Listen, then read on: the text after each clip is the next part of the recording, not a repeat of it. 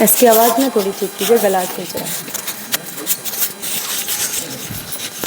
मंचस्थ समस्त विद्वद्वृंद, सन्यासी वृंद, इस कार्यक्रम के समस्त संयोजक महानुभाव,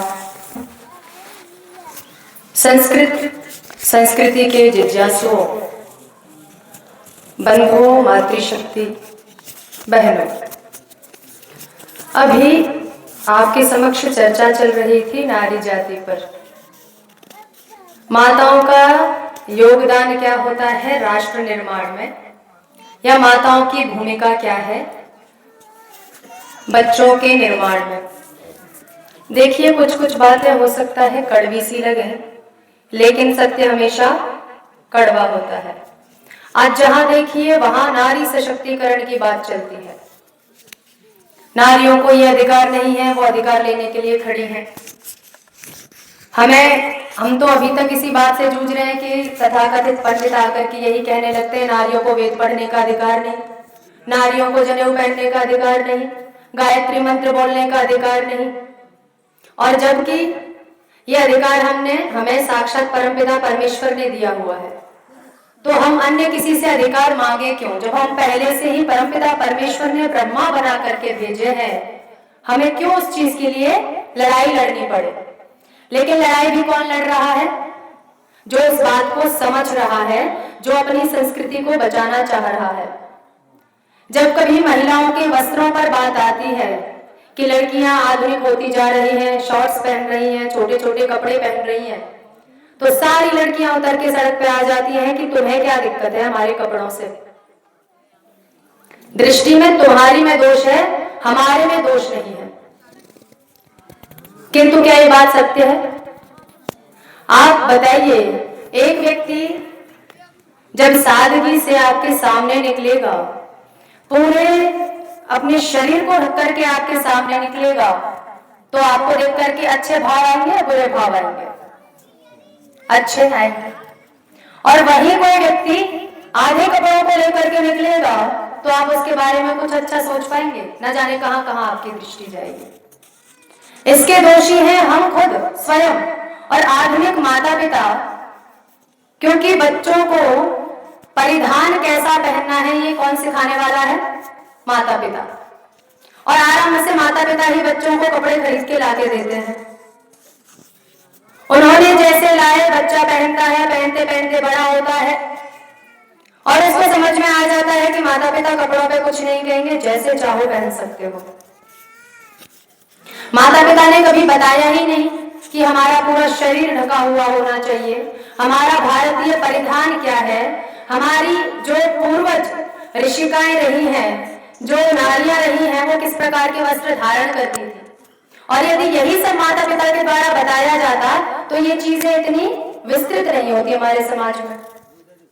हर चीज के लिए लड़ाई है। आप देखिए, व्यासपीठों से बैठकर जो धर्मगुरु ये बात कहते हैं कि नारियों को वेद पढ़ने का अधिकार नहीं, वो गायत्री मंत्र नहीं पढ़ सकती क्योंकि वो अपवित्र होती हैं। इस बात को सबसे ज्यादा सुनने वाली नारियां ही होती हैं। भागवतों में पुरुषों की संख्या के अपेक्षाकृत नारियां ज्यादा होती हैं और वो हाँ मिलाती हैं कि जो नहीं पढ़ सकते, क्योंकि उन्हें पता ही नहीं है और वो जानने का प्रयास भी नहीं करती। जहां आपके सिद्धांतों पर बात आती है वहां आप चुप हो जाते हैं क्योंकि आपको आपके सिद्धांत नहीं पता। जहां आपके कर्तव्यों पे बात आती है, जहां आपके उत्तरदायित्वों पे बात आती है, आप शांत हो जाते हैं क्योंकि आपको शास्त्रीय चीजें नहीं पता, शास्त्रों की बातें नहीं पता, शास्त्रीय मर्यादाएं नहीं पता। आज यदि कोई भी लड़की, कोई भी युवती बाहर निकलती है तो हजार आशंकाएं माता पिता के मन में होती है और हजार आशंकाएं बच्ची के मन में होती है। कहीं पढ़ने भेज दिया बाहर, माता पिता को हमेशा चिंता लगी रहती, पता नहीं कैसे रह रही होगी, क्या चीजें होंगी। इतना आत्मविश्वास आपको अपने बच्चों में भर देना चाहिए। दुनिया के जिस भी कोने में रहे, आपको भरोसा है जहां भी है अच्छे से होगी और आसपास का जो होगा सब देख लेगी, क्योंकि हमने वो संस्कार दिए। मुझे गुरुकुल में पढ़ते हुए लगभग 10 वर्ष मैंने गुरुकुल में अध्ययन किया, 5 वर्ष मैंने गुरुकुल का संचालन किया और 1.5 वर्ष से अभी मैं बाहर रह रही हूँ, पीएचडी कर रही हूँ। इतनी यात्राएं होती हैं, इतना बाहर आना जाना होता है, न जाने कैसे कैसे लोग सामने आते हैं, कैसे कैसे लोगों को देखना पड़ता है, कैसे लोगों की बात सहन करनी पड़ती है और कैसों को उत्तर देना पड़ता है। यदि हम यूं ही थक करके, हार करके, यूं ही भयभीत होकर के बैठ जाएंगे तो समाज कभी जीने देगा? नहीं देगा। और वैसे भी सबसे ज्यादा जो शिकार हुई है रूढ़िवादिता की या किसी भी चीज की, वो महिलाएं हुई है। महिलाओं को दबाया गया है उनकी खुद की मूर्खता के कारण। पढ़ना पढ़ाना महिलाओं का छूटा, और जब उनको अधिकार ये सारे हैं पढ़ने पढ़ाने के, तब वो पढ़ना नहीं चाहते। और कहाँ इतनी लड़ाई लड़ी है कि जो महिलाओं को पढ़ने का अधिकार नहीं होना चाहिए। तो आइए मैं एक गीत के माध्यम से आधुनिक दशा को रखते हुए कि क्या हमारे समाज में होना चाहिए और क्या हो गया है, बहुत अच्छी पंक्तियां लिखी हैं।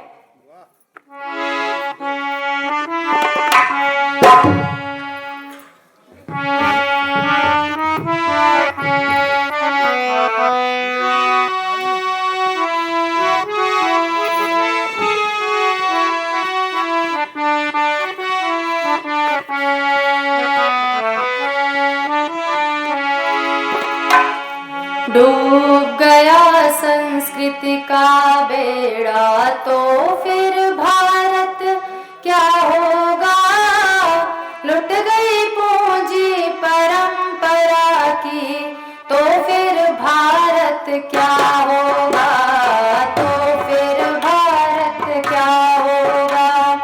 डूब गया संस्कृति का बेड़ा तो फिर भारत क्या होगा, लुट गई पूंजी परंपरा की तो फिर भारत क्या होगा, तो फिर भारत क्या होगा।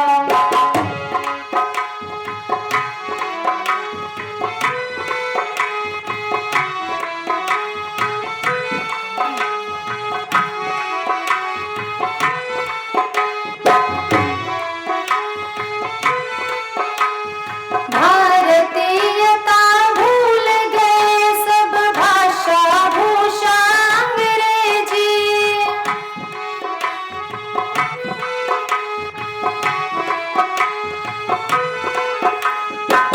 भारतीयता भूल गए सब, भाषा भूषा अंग्रेजी। अपना छोड़ा चाल चलन, पहना बना है अंग्रेजी।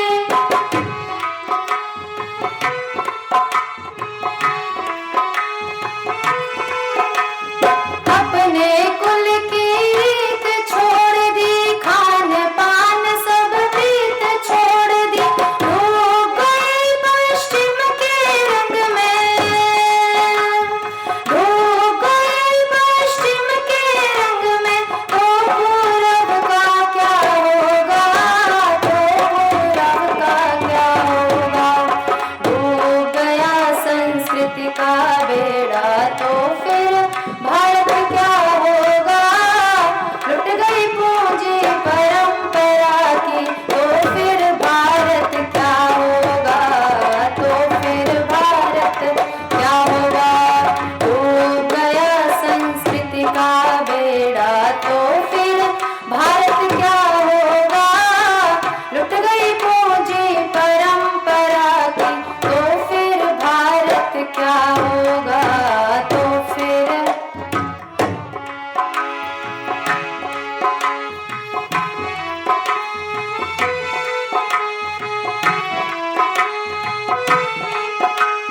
माँ जीते जी मम्मी बनी और पिता हुए हैं डैड। माँ जीते जी मम्मी बनी और पिता हुए हैं डैड।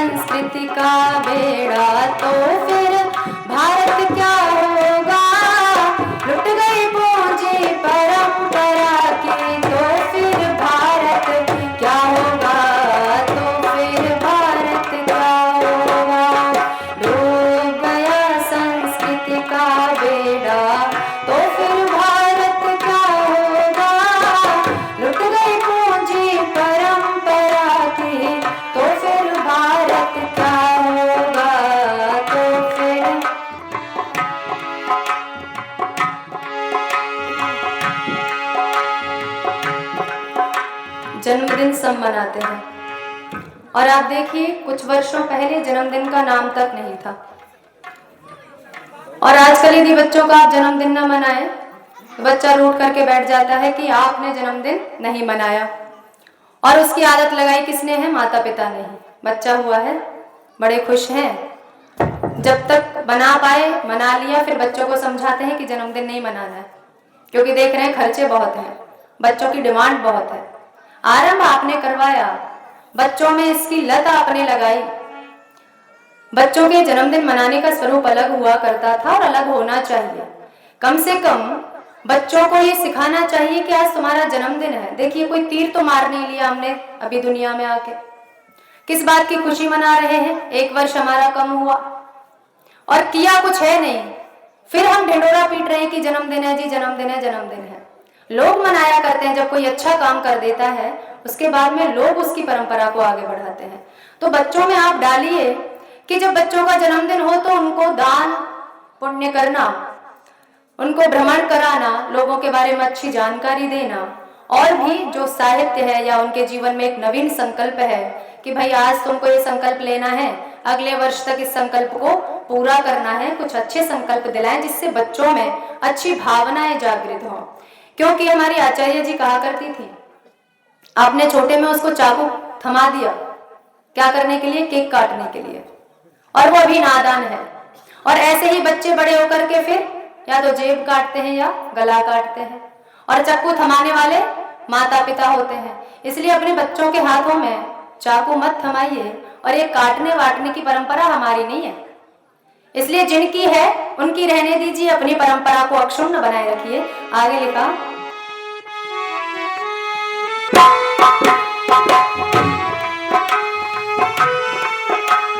बर्थ डेट पर केक कटे पर वर्षगांठ का नाम नहीं।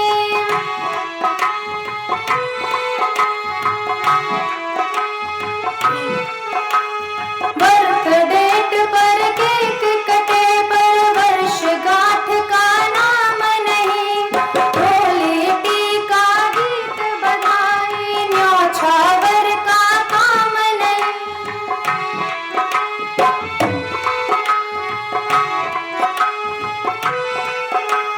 भेंटों की होती भरमार, धन वैभव का हुआ प्रचार। तुला प्यार भी स्वर्ण तुला पर, तुला प्यार भी स्वर्ण तुला पर। आशीषों का क्या होगा, आशीषों का क्या होगा। डूब गया संस्कृति का बेड़ा तो फिर भारत क्या होगा। लुट गई पूंजी परंपरा की तो फिर भारत क्या होगा, तो फिर भारत क्या होगा। डूब गया संस्कृति का बेड़ा तो फिर भारत क्या होगा। लुट गई पूंजी परंपरा की तो फिर भारत क्या होगा, तो फिर भारत क्या होगा।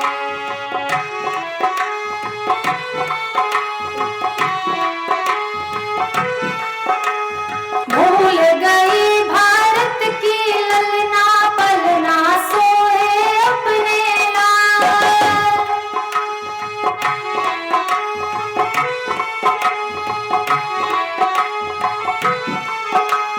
भूल गई भारत की ललना पलना सोए अपने लाल। पन्ना जीजा पद्मा खोई आज मेनका हुई निहार। पन्ना जीजा पद्मा खोई आज मेनका हुई निहार। राखी तो बदनाम हुई है, डोली भी नीलाम हुई है। सीता शाम बनी होटल की, सीता शाम बनी होटल की।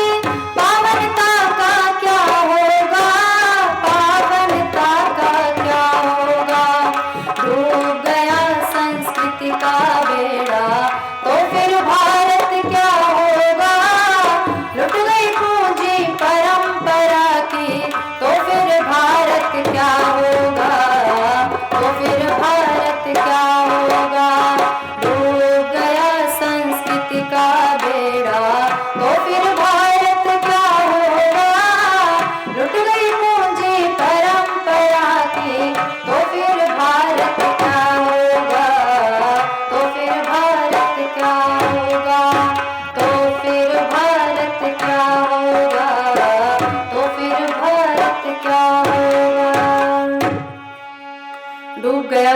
संस्कृति का बेड़ा, तो फिर भारत क्या होगा।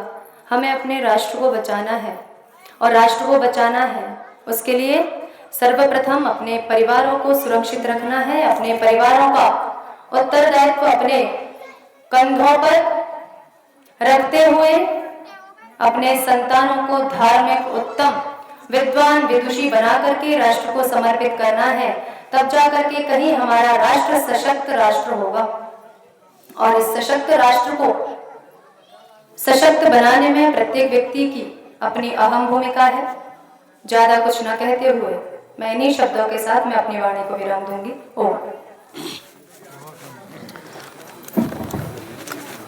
बहुत सुंदर विद्यार्य जी, आपने मातृशक्ति के लिए जो उपदेश किए हैं ये गीत के माध्यम से, निश्चित ही ऐसे गीतों में जहाँ शिक्षा हो, जहाँ सामाजिक वो ज्ञान हो जिससे मातृशक्ति आगे बढ़े, वो ज्ञान आपने दिया है। अब हमारे बीच में धर्मवीर जी जहाँ कहीं भी हैं वो मंच पर आ जाएंगे। कहते हैं कि राम और श्याम वाले देश में तो रहते हैं। बहन जी ने बताया कि राम और सीता को लेकर के जो उपदेश होने चाहिए वो गीत के माध्यम से बताया था कि राम और श्याम वाले देश में तो रहते हैं, किंतु हम गीत की ही रीत भूल बैठे हैं। कि राम और श्याम वाले देश में तो रहते हैं, किंतु हम गीत की ही रीत भूल बैठे हैं। और जिसे अपना के हम बने थे जगत गुरु, अजी जिसे अपना के हम बने थे जगत गुरु, ऐसे पद छंद और गीत भूल बैठे हैं। और पश्चिम की सभ्यता में, अजी पश्चिम की सभ्यता में ऐसे रमे भारतीय, कि पश्चिम की सभ्यता में ऐसे रमे भारतीय, आचरण पावन पुनीत भूल बैठे हैं। और कैसे हो उजाला, अजी कैसे हो उजाला, अंधकार है हमारी देन, क्योंकि हम अपना अतीत भूल बैठे हैं। क्योंकि हम अपना अतीत भूल बैठे हैं। हमने अपने अतीत को बुला दिया। किसी समय में जब धर्म और संस्कृति के सुंदर सुंदर भजन गीत गाए जाते थे, आज मोबाइलों पर, टेलीविजनों पर ऐसे अश्लील भरे गीत आते हैं कि शर्म को भी शर्म आ जाती है। ऐसे ही भजन और गीत यहाँ बहुत सुंदर सुनने को मिलेंगे। हमारे बीच में धर्मवीर जी आ चुके हैं। हम चाहेंगे आप भी हमें ऐसे अपने प्रेरणादायक उपदेशक भजनों से हमें लाभान्वित करें। श्रीमान धर्मवीर जी। 25 मिनट से आधा घंटा, आधा घंटा 35 मिनट हो जाए तो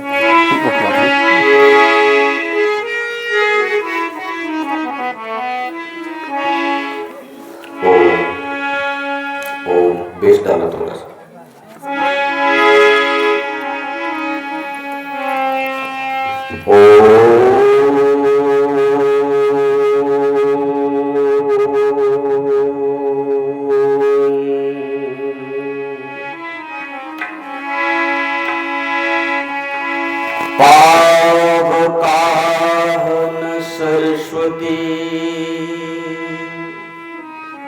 वाजे भिरवाजनी बती, यज्ञं पष्टो